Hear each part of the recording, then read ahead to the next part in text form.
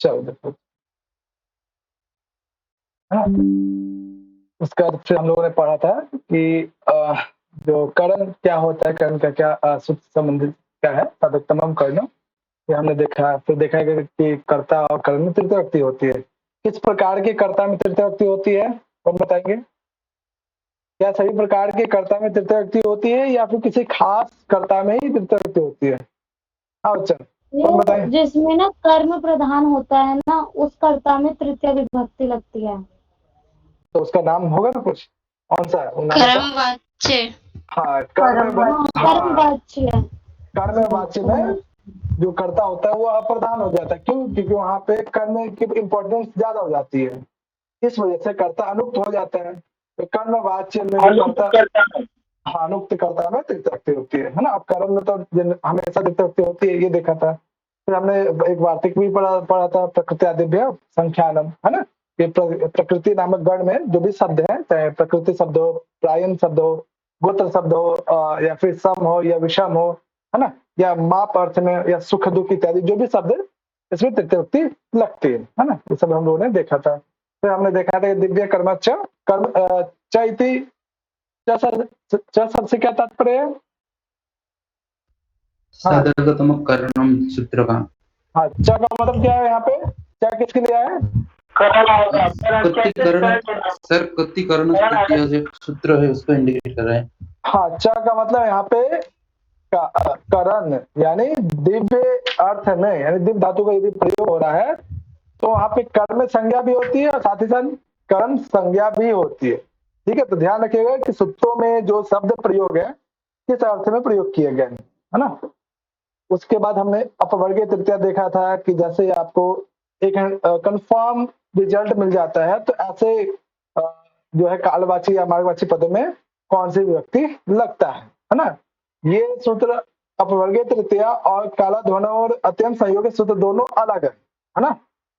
फिर हमने देखा था कि संयुक्त अप्रधाने में कौन सी व्यक्ति लगती है, तृतीय व्यक्ति लगती है ना। 7 अर्थों में किस विभक्ति का प्रयोग होता है, ये देखा था। और दूसरा कि किसी अंग विशेष में कोई प्रॉब्लम आ जाता है तो उस जिस अंग में प्रॉब्लम आया है उस पद में जो है तृतीय व्यक्ति लगती है ना। इसी क्रम में अगला जो है सूत्र इथम भूत लक्षणे, है ना। हो रही है? हाँ, हो रही है बच्चा, एक बार देख लेता हूँ। हाँ, हो रही है, धन्यवाद। इस सूत्र को देखने पर आपको कुछ याद आ रहा है क्या? इथम भूत लक्षणे। जी सर। एक मिनट, बिल्कुल कोई और बताएंगे बच्चा, इस सूत्र को देखकर क्या याद आ रहा है? भैया कर्म पर संज्ञा, उत्तम भूत लक्षण में कर्म प्रवचनीय संज्ञा होती है और उसमें भी फिर कर्म प्रवचनीय युक्ता से तृतीया हो जाती है।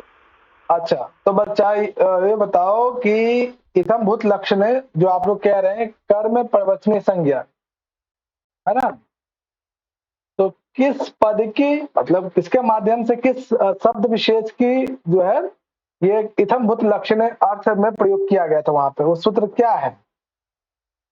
कौन बताएंगे? मैं वो तो याद नहीं मुझे। ओके, कोई बात नहीं। वहां पे आपने किस अवयव की, उपसर्ग रूपी अवयव की जो है जो कर्म प्रवचनीय संज्ञा होती है, जिसका एक अर्थ इस अर्थ में भी प्रयोग होता है, वो शब्द क्या है? हाँ, डिम्पल, नीतू, बताओ आप दोनों में। अनु प्रति परि और अनुपसर्ग की होती है ना। प्रति, परि और अनु, प्रति, परि और अनु, है ना। जी भैया। अनु, प्रति और परि। हाँ, वेरी गुड, एक मिनट रुको, बहुत बढ़िया।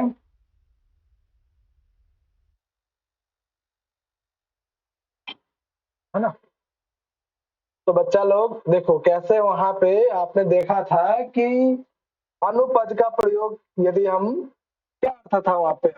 सॉरी, प्रति, परि, है ना, और तीसरा क्या था बताओ? अनु। अनु, अनु था, प्रति था, परि था। हाँ, इन तीन उपसर्ग रूपी अवयवों की जो है हमने 4 अर्थों में देखा था, जिनमें से एक ये भी है ना। तो उसमें देखा था जो अनुपद का प्रयोग है इस अर्थ में किया जाता है। इसी प्रकार से यदि इत्थम, इत्थम शब्द से क्या तात्पर्य? इत्थम, ये शब्द जो है संधि विच्छेद करो। इत्थम सर, हाँ, इस पद का संधि विच्छेद हो सकता है क्या? बोलो चल। भैया शायद चिन्ह के लिए प्रयोग किया गया है, जैसे किसी में विशेष कोई लक्षण देखा जाए या चिन्ह को देखा जाए। वह हो सकता है। चिन्ह मतलब यहाँ पर लक्षण तो दिया है, खुद लक्षण, लक्षण मतलब चिन्ह यहाँ पे किया। वह युद्ध थम, ऐसा तो बनेगा युद्ध थम। हाँ ठीक है, जिस इत्थम, हाँ जिसको मतलब जो, जिसको हाँ जो देखो, चिन्ह द्वारा मतलब पहचान जाता है इसका। देखो क्या है इसका भाव कि कोई चीज है, कोई भी वस्तु हो सकता है, कोई इंसान हो सकता है, कुछ भी, है ना। इत्थम जैसा है, जैसा दिखाई दे रहा है, भूत लक्षण है, उसी रूप में स्वीकार कर लेना, है ना। या फिर जिस चिन्ह के माध्यम से या जिस लक्षण के माध्यम से भूत, कोई वस्तु, कोई व्यक्ति या कुछ भी जो है ना, इत्थम पहचान लिया जाता है या पहचान होता है कि ये इनसे ये ऐसा दिखाई दे रहा है ना, ये ऐसा दिखता है, यानी किसी न किसी सिंबल के माध्यम से, किसी न किसी संकेत के माध्यम से आपको पता चल जाता है, अच्छा ही इसने इस कपड़े, इस टाइप का कपड़ा पहन रखा है तो ये हो सकता है। जैसे डॉक्टर का जो वेशभूषा धारण किया है, इसका मतलब ये क्या डॉक्टर हो सकता है। इसमें ये वकील रूपी वेशभूषा धारण किया है, इसका मतलब ये वकील हो सकता है ना। कई बार आप किसी इंसान को शरीर के संरचनाओं के आधार पर, शरीर के द्वारा, शरीर में जो धारण किए हैं आभूषण के माध्यम से, शरीर में जो वस्त्र धारण किए जाते हैं उसके माध्यम से पहचानते हैं। अलग अलग सिंबल के माध्यम से किसी खास लोगों की पहचान हो पाती है। तो इत्थम भूत लक्षण क्या कहता है कि जिस लक्षण के माध्यम से किसी भूत के मतलब किसी जीव की, किसी वस्तु की जो है परिचय प्राप्त होता है, लक्षण पता चलता है। तो जिस लक्षण के माध्यम से आपको उस वस्तु विशेष की या उस व्यक्ति विशेष की पहचान पता चलती है, तो उस लक्षण वाचक शब्द में तृतीय व्यक्ति का भी प्रयोग होता है ना। क्लियर है बच्चा? जैसे ये जो एक है बाबा, है ना, ये इनके सर में क्या दिख रहा है? जटा, बहुत सारे, है ना। तो जटाओं से क्या दिखाई दे रहे हैं? ये कोई सिद्ध पुरुष दिखाई दे रहे हैं, तपस्वी दिखाई दे रहे हैं, है ना। तो जिस के माध्यम से, जिस सिंबॉलिक चीज से, चिन्ह से आप इनको पहचान पा रहे हैं, ठीक है, तो इस सिंबॉलिक चिन्ह में क्या लग जाएगा? तृतीय व्यक्ति लग जाएगा, है ना। वेरी गुड, है ना। तो बस ये सूत्र यही करता है। इसके अतिरिक्त और क्या एक एग्जांपल दे सकते हो आप लोग? लौकिक एग्जांपल बताओ, है ना, बताओ बच्चा। सर अस्त्रेण सैनिक, फिर से शस्त्रेण सैनिक, हाँ, शस्त्रेण सैनिक, सैनिक, है ना, शस्त्रों से सैनिक, है ना। बहुत बढ़िया। पुस्तकेन विद्यार्थिना, है ना, पुस्तक, हाँ, है ना, पुस्तकें, यानी अगर आपके हाथ में किताब होगा तो आप विद्यार्थी प्रतीत होंगे, प्रतीयते, प्रतीति भवति, है ना। या है ना, वेशभूषा विद्यार्थी, वेशभूषा से विद्यार्थी, है ना, जटाओं से तपस्वी। तो कोई सा एग्जाम्पल ले सकते हैं, है ना। मुख्यन विद्वान, ज्ञानेन विद्वान, ज्ञान से विद्वान प्रतीत होता है, ठीक है बच्चा। कुछ भी आप यहाँ पे ले सकते हैं। क्लियर है बच्चा? कोई समस्या?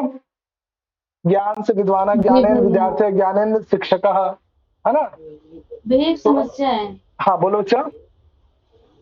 ये तो सूत्र समझ में आ गया, लेकिन जो इससे पहले आपने सूत्र बोला था जिसमें उप अनु अधि आया था, तो हाँ। उस सूत्र से इसका क्या संबंध है वो मुझे नहीं समझ लगा, मुझे उसमें कंफ्यूजन अभी भी रह गई। देखो उस सूत्र बताने में, का मकसद क्या था? हाँ, उस सूत्र में क्या अनुपद जो है, अनु या परि, प्रति इत्यादि, उसका भी प्रयोग किया गया था। अगर ध्यान दोगे तो आप देखोगे कि उसमें, दिखा देता हूं आप लोग को, अनुपदी या प्रतिपद की भी प्रतीति की गई है, देखो, है ना।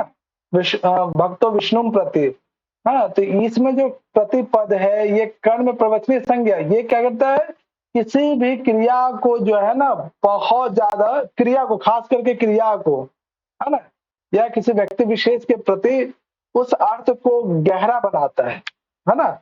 और उसमें देखेंगे कि उपसर्ग रूपी अवयव का प्रयोग किया गया है। इतम भूताख्यान पद जो आप देख रहे हैं, है ना, इसमें क्या है, उपसर्ग का भी प्रयोग है, लेकिन जटाभि तापसी या फिर ज्ञानेन विद्यार्थी या फिर शस्त्रेण सैनिका, इसमें किसी उपसर्ग का प्रयोग दिखाई दे रहा है। कर्म प्रवचनीय संज्ञा जो है उसी पद की होती है जहां पे उपसर्ग को आप प्रयोग कर रहे हैं, है ना। लेकिन इतम भूत लक्षण में कहीं भी उपसर्ग की प्रतीति नहीं है, ध्यान रखिएगा।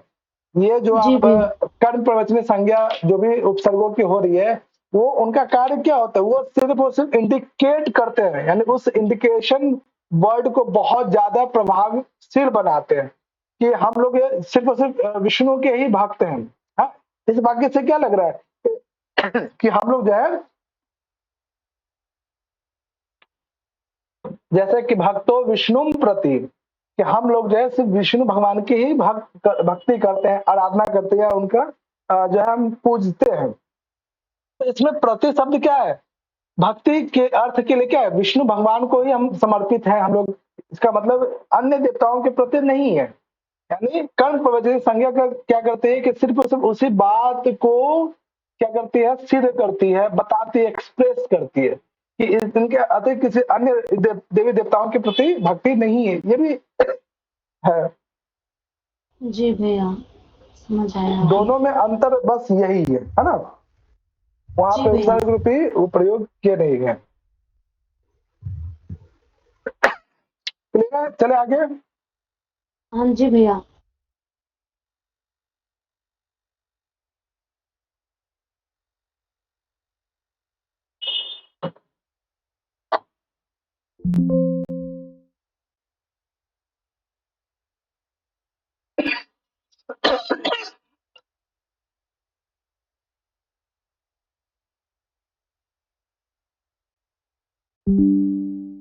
चलो बच्चे देखो यहाँ पे आगे।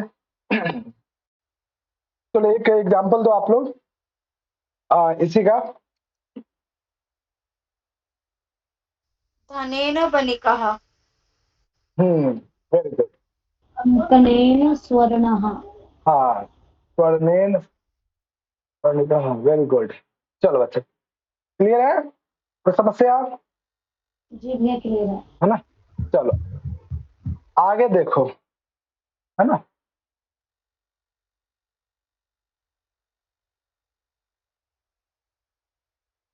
चलो कौन पढ़ेंगे आप लोग में से, कौन नहीं पढ़ा एक बार भी बताओ। मैं नहीं पढ़ी सर आज कुछ भी। चलो पढ़ो सुजाता। आज सुजाता बहुत शांत संगो है। ऐनतरस्यं कर्मणि। हाँ देखो क्या है ये, इसमें दो चीजें ध्यान रखिएगा। एक तो सदविच्छेद करेंगे तो सम, है ना, ज्या, है ना। देखो अब उसके बाद क्या है, एक शब्द अन्यतरस्याम, अन्यतरस्याम फिर कर्मणि, ध्यान रखिएगा, बहुत इंपॉर्टेंट सूत्र है। यदि कोई धातु हो, है ना, जिसके पूर्व में सम उपसर्ग प्रयोग किया गया, और वो धातु कौन सी, ज्या, ज्या धातु से पूर्व जो है यदि सम उपसर्ग का प्रयोग किया गया है, तो ऐसे धातुओं के योग में क्या होती है, अन्य अंतरस्याम कर्मणि, कर्मणि द्वितीय, यानी कर्म संज्ञा तो होती है ना, द्वितीय व्यक्ति तो होती है, लेकिन साथ ही साथ अन्य तरस्याम यानी ये पद क्या है, तृतीय विभक्ति भी होती है। यानी यदि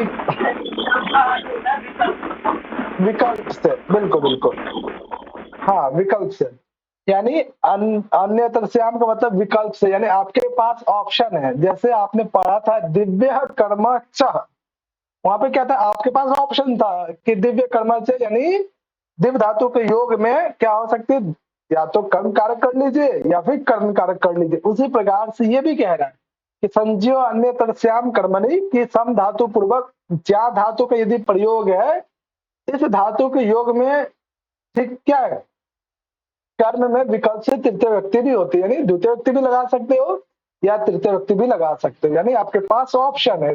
जिस प्रकार से दिव्य कर्म 4 सूत्र में हुआ था। जैसे जा का मतलब क्या होता है, ज्या धातु का क्या अर्थ होता है,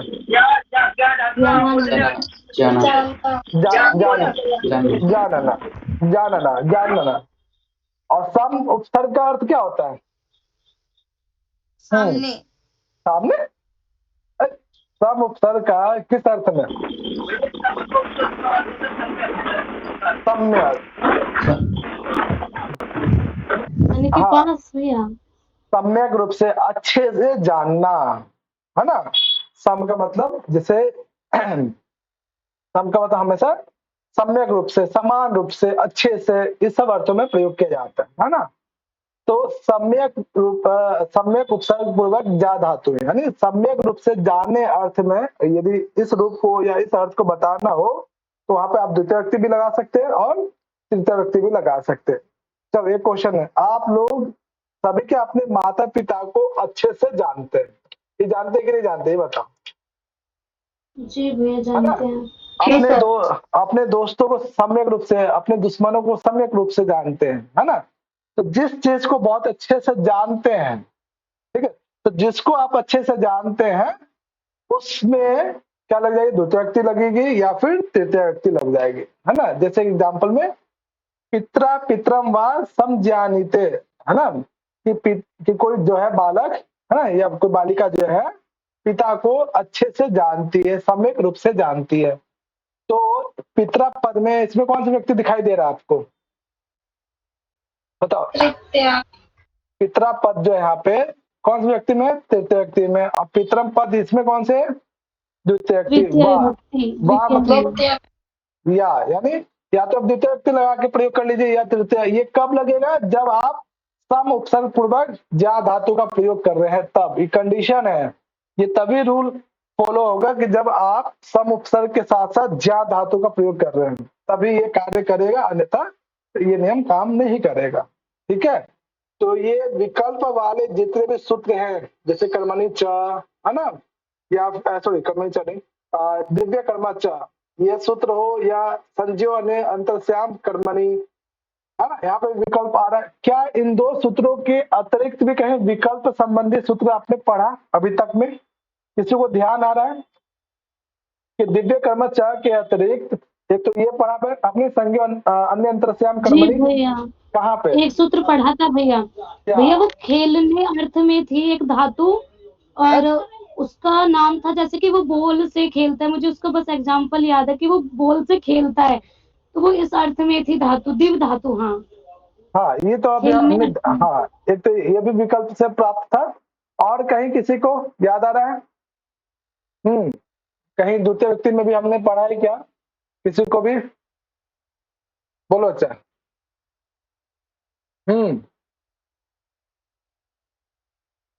जहाँ पे विकल्प से आपको पता चल रहा हो, हाँ बच्चा किसी को ध्यान।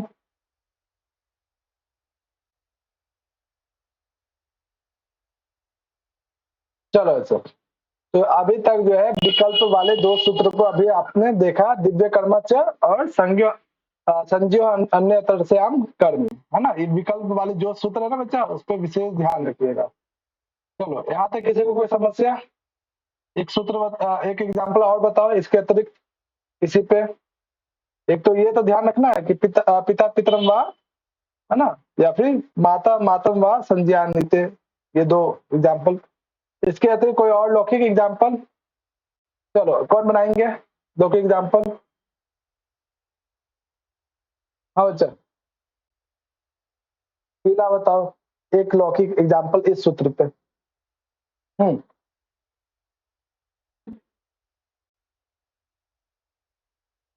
शिक्षक विद्यार्थी को जानता है, शिक्षक विद्यार्थी को जानता है, जानता है या अच्छे से जानता है, एक प्रकार से बारे में जानता अच्छा, आपने हिंदी बोला ना, इसको संस्कृत बोलो। शिक्षा विद्यार्थी को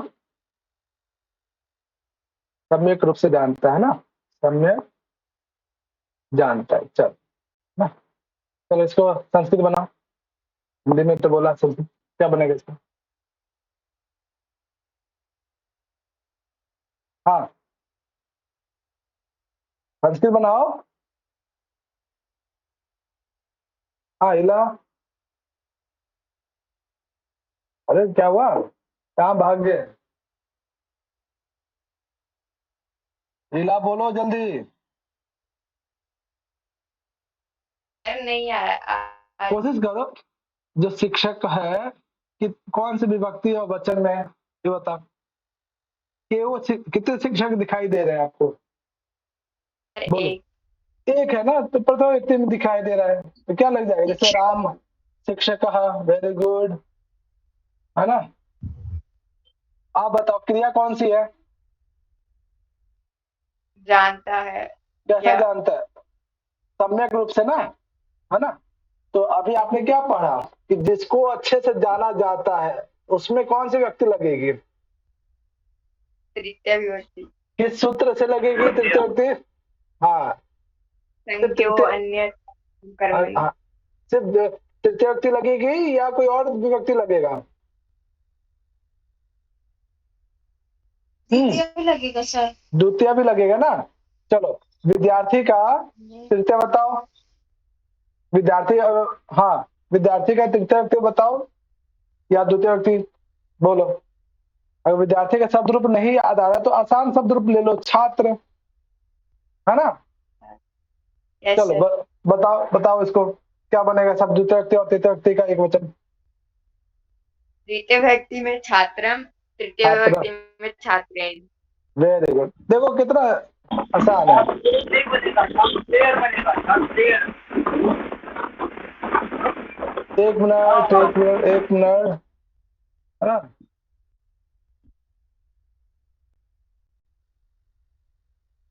ठीक है, तो बच्चे ध्यान रखना है कि कम से कम शब्द रूप को ध्यान से याद रखो। ठीक है, अकरान, अकरान, इकरान, उकरान, है ना।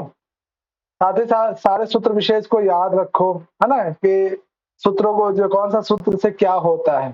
ठीक है, यदि सूत्र याद होंगे, धातु शब्द रूप याद होंगे, तो कोई सा भी अनुवाद होगा या कोई भी अर्थ आप आसानी से बता सकते हैं, है ना। तो जितना टाइम आप इधर विभक्ति प्रकरण में लगा रहे हैं, उतना ही रिवीजन भी लगाइएगा अच्छे से, और कोशिश कीजिएगा कि सूत्रों पे जो भी आप सूत्र सीख रहे हैं, उन सूत्रों से संबंधित एक एक दो दो प्रैक्टिस भी कीजिएगा वाक्यों को अपने मन से, है ना, कि अच्छा इस सूत्र से ये हो रहा है तो इसमें क्या वाक्य अन्य बन सकता है ना। कल हम लोग इसके बाद के सूत्र विशेष को पढ़ेंगे। हेतु क्या होता है ना, हेतु नामक सूत्र क्या करता है। उसके बाद जो है एक अंतिम जो है उसमें देखेंगे हम लोग कि तृतीय विभक्ति शब्द में कुछ अपवाद है क्या, कुछ, है ना। वो हम लोग कल ये सूत्र देखकर ये तृतीय विभक्ति समाप्त हो जाएगा, है ना। आज इतना ही रखते हैं, कल आप लोग सभी सूत्रों को याद भी कर लीजिएगा, और साथ ही साथ ये भी ध्यान रखेंगे कि कहाँ पे हम लोगों ने ये भी देखा था कि विकल्प वाले सूत्र कौन कौन से है ना। विकल्प वाले में कौन सी